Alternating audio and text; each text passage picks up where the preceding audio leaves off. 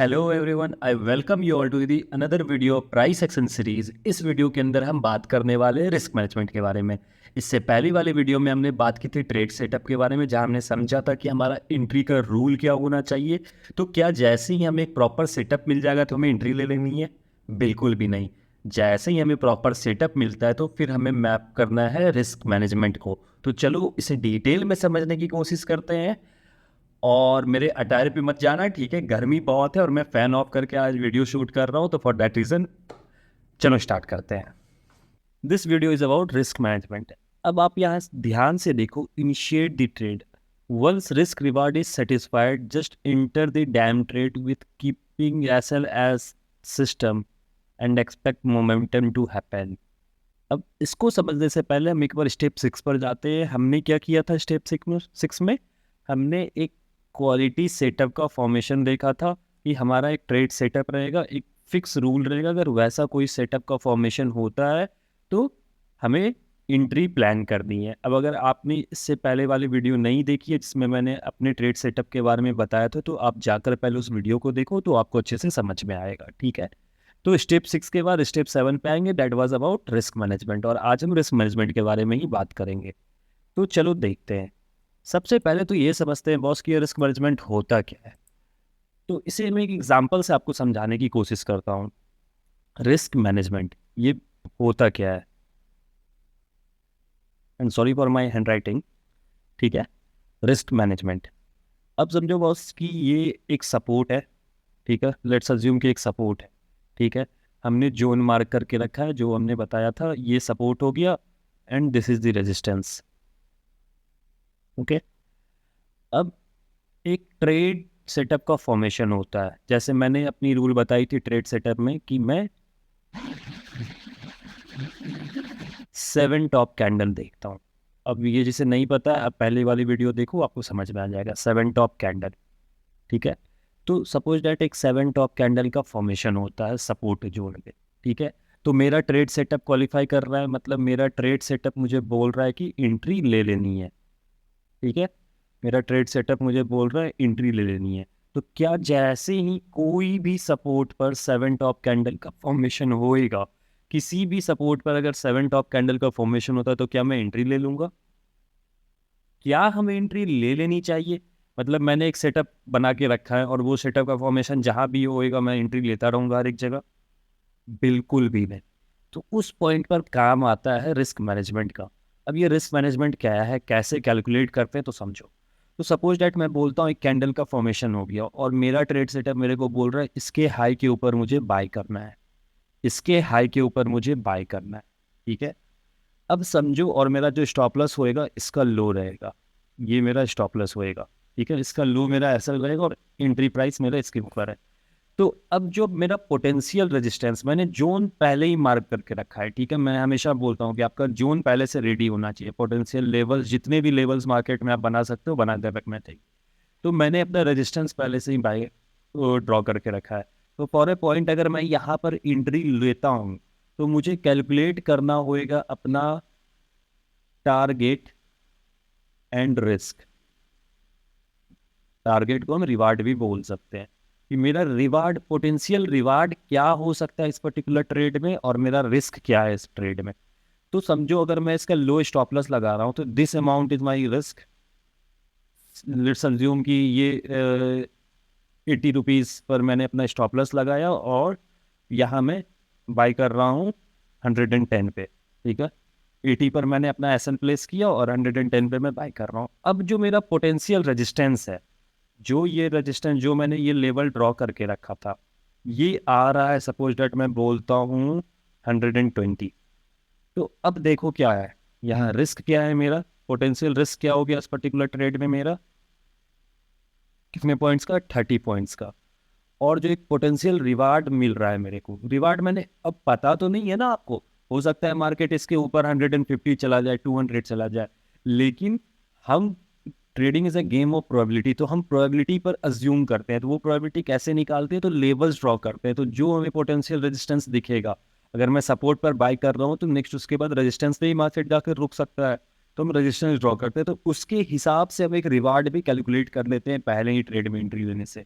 तो suppose date मैं बोलता हूँ कि 30 was my risk at this point, और मेरा जो रिवार्ड था वो सिर्फ और सिर्फ 10 पॉइंट का था। तो अब मेरे को इस सिचुएशन में बताओ, I am just cleaning out this tap,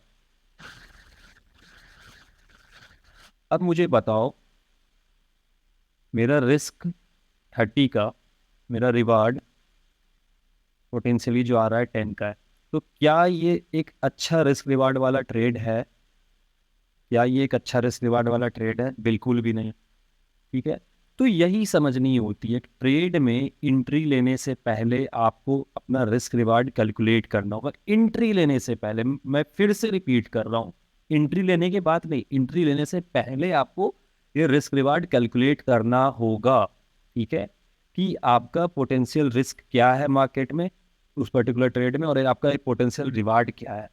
अब ये रिवार्ड जो है ये सब बहुत सब्जेक्टिव फैक्टर है। ठीक है, अब इसे कैलकुलेट करने में आपको जोन मार्क करना आना चाहिए। As a price action trader आप जोन ही ना मार्क करोगे, तो आपने एक सपोर्ट बना लिया, आपने एक रेजिस्टेंस बना लिया, उसके बाद उसके अकॉर्डिंग आपको ये कैलकुलेट करना होगा। तो इसके बेटर अंडरस्टैंडिंग के लिए हम चार्ट पर चलते हैं, और चार्ट पर मैं आपको अच्छे से समझाता हूँ। अब ध्यान से देखो, सबसे पहला मैं, this is the naked chart of Nifty 15 minute. सबसे पहला काम मैं क्या करूंगा? सबसे पहला काम मैं करूंगा, पहले मैं एक जोन मार्क करूंगा, पोटेंशियल सपोर्ट रेजिस्टेंस सारी चीजें मैं बनाऊंगा। तो अकॉर्डिंग टू मी, देखो मैं कैसे लेवल्स ड्रॉ करता हूँ, ध्यान से देखना। ठीक है,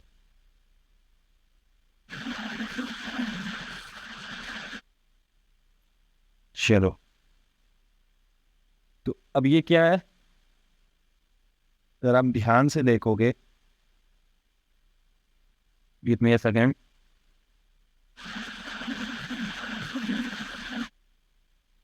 what is this? This is the resistance and this is the support. ठीक है, तो मैं यहाँ एक शॉर्टिंग अपॉर्चुनिटी ढूंढ रहा हूँ। तो शॉर्टिंग अपॉर्चुनिटी अगर मैं ढूंढ रहा हूँ, तो मुझे देखना है कि रेजिस्टेंस के पास जब प्राइस पहुँचता है, तो वहाँ पर अगर मेरे मेरे ट्रेड प्लान के अकॉर्डिंग, मेरा जो ट्रेड रूल है उसके अकॉर्डिंग अगर मुझे कोई कैंडल बनता हुआ दिखता है, तो मैं एंट्री लूंगा। तो आप देखो, दिस इज द कैंडल, इस कैंडल को हम 7 बॉटम कैंडल बोलते हैं। ठीक है, 7 बॉटम, इस पर नीचे में शेडो नहीं है, तो इसलिए 7 बॉटम कैंडल। तो ये कैंडल जो है, ये मेरा एक एंट्री रूल है, मैंने प्रीवियस वीडियो में पूरे डिटेल में बताया इसके बारे में। तो ये मेरा एंट्री रूल है। तो लेट्स अज्यूम कि मुझे एंट्री लेना है, ये रेजिस्टेंस पर बन रहा है, मुझे इसके नीचे शॉर्ट करना है। तो मैं यहाँ पर शॉर्ट करूंगा, ये कैंडल क्लोज होने का वेट करूंगा, जैसे ही क्लोज होता है तो मैं यहाँ पर शॉर्ट करूंगा। बट शॉर्ट करने से इमीडिएटली पहले, जब मैं अपने माइंड मेकअप कर रहा हूँ कि मुझे शॉर्ट करना है, तो सबसे पहला कैलकुलेशन में क्या करूंगा पता है? मैं रिस्क रिवार्ड देखूंगा कि मेरा पोटेंशियल रिस्क रिवार्ड क्या है। तो मैं यहाँ पर शॉर्ट करने को जा रहा हूँ। सब लेट्स अज्यूम कि दिस इज द प्राइस 18,615, 615 पे मैं शॉर्ट करूंगा, और मेरा जो स्टॉप लॉस होएगा वो यहाँ रहने वाला है 645। तो ऑलमोस्ट कितना पॉइंट हो गया हमारा? हमारा ऑलमोस्ट 20 पॉइंट्स हो गया, राइट? 20 पॉइंट का स्टॉप लॉस है हमारा। 20 पॉइंट का स्टॉप लॉस मेरा रिस्क है निफ्टी के ट्रेड में। ठीक है, 20 पॉइंट का रिस्क हो गया, और मेरा जो पोटेंशियल रिवार्ड निकल रहा है इस ट्रेड में वो क्या हो रहा है। तो अब मैं रिवार्ड कैसे कैलकुलेट करूंगा? तो जो मेरा लेवल स्ट्रॉ उसके अकॉर्डिंग। तो अब अगर मैं रेजिस्टेंस पे शॉर्ट कर रहा हूँ, तो मेरा जो नेक्स्ट टारगेट वो होगा इमीडिएट सपोर्ट जो है, तो मैंने सपोर्ट पहले से ड्रॉ करके रखा है, तो दिस इज दी सपोर्ट। तो ये मेरा टारगेट होएगा फॉर ए पॉइंट। तो ये टारगेट क्या निकल रहा है? 18,585। तो मैं शॉर्ट कर रहा हूँ 15 पे, और 85, 30 पॉइंट्स का। ठीक है, तो मतलब ये कैसा ट्रेड है? मैं यहाँ रिस्क ले रहा हूँ 20 पॉइंट्स का, और मेरा जो रिवार्ड आ रहा है वो 30 पॉइंट्स का आ रहा है। तो मेरा पोटेंशियल रिस्क रिवार्ड जो है वो कितना है? रिस्क मेरा 20 पॉइंट्स का, और रिवार्ड जो है मेरा वो 30 पॉइंट्स का आ रहा है। तो मतलब 1:1.5 का मेरा ट्रेड है। तो ये एक ट्रेड है जिसको भी मैं एक बार के लिए ले सकता हूँ। ठीक है, अब जो आप समझ रहे हो कि एक मैं बहुत बड़ा मिथ आप इसका रिस्क मैनेजमेंट रिस्क रिवार्ड को लेकर मैं आज तोड़ने वाला हूँ, कि आपके दिमाग में हमेशा ये रहता होगा कि रिस्क रिवार्ड मिनिमम 1:2 तो लेकर ही चलना है, रिस्क रिवार्ड मुझे मिनिमम 1:2 देखना है। नहीं, ऐसा बिल्कुल भी नहीं है। ये डिपेंड करता है, बहुत ही सब्जेक्टिव टॉपिक है ये। कैसे, तो मैं आपको समझा देता हूँ।